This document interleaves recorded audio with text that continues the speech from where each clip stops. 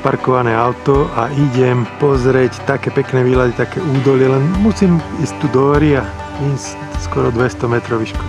No, tu je tabuľka, že 40 minút. Gruppa Rugi Nuosa. Tu popri potoku.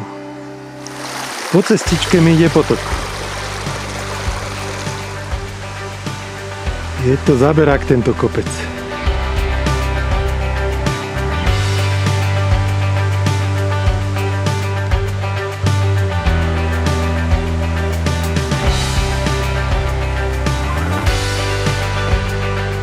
Po takýchto snehových poliach idem hore.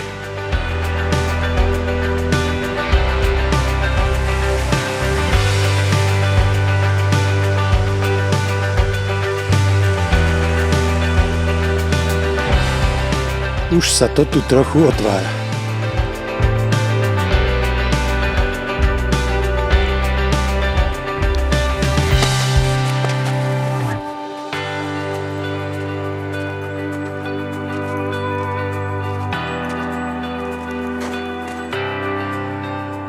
A držal som tie moje návlekité mačky.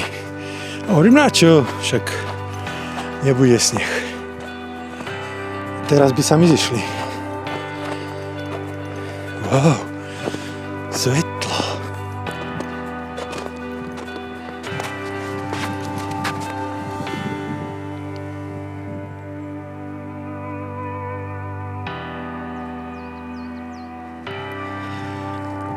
Wow, čo si zle? Čo ti je zle? To není lom.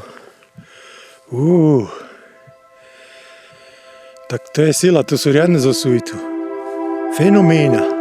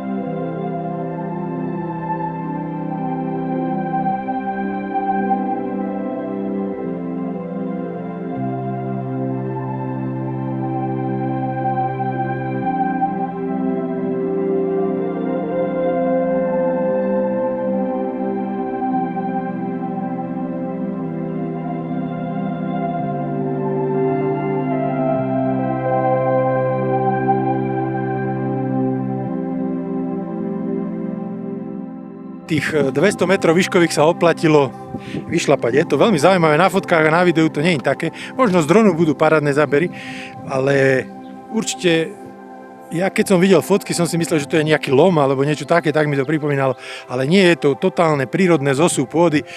Nejak sa to zosúva kvôli dažďom, kvôli podložiu jedno s druhým, takže určite sa oplatí to vidieť.